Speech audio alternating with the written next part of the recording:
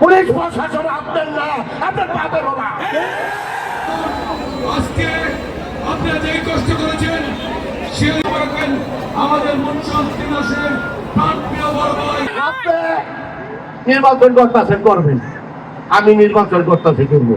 আপনি ধানের শীষ নিছেন বললা প্রত্যেকটা নেতা কর্মী বলেন ধানের শীষের কর্মী,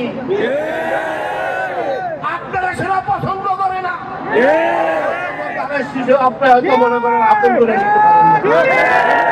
এই দেশের জনগণ 17 বছর এই দেশের মানুষই কষ্ট করছে। জানেন, আপনি তো দেখছেন পেপার পত্রিকায় টিভিতে সমস্ত খবরের মধ্যে আমার নামটা আছে।